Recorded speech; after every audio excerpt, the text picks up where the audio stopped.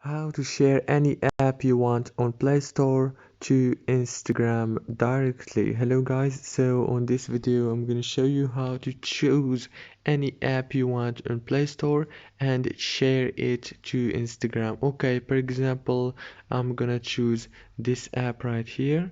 Click on the app that you want, and now all what you have to do is go to the top right here in the corner and click on those three dots as you can see.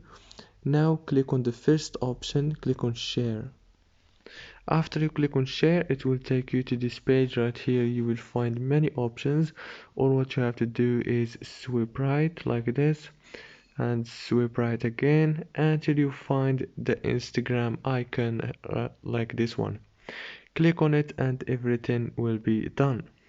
If this video was helpful, please don't forget to like and subscribe, and thank you so much for watching this video until the end.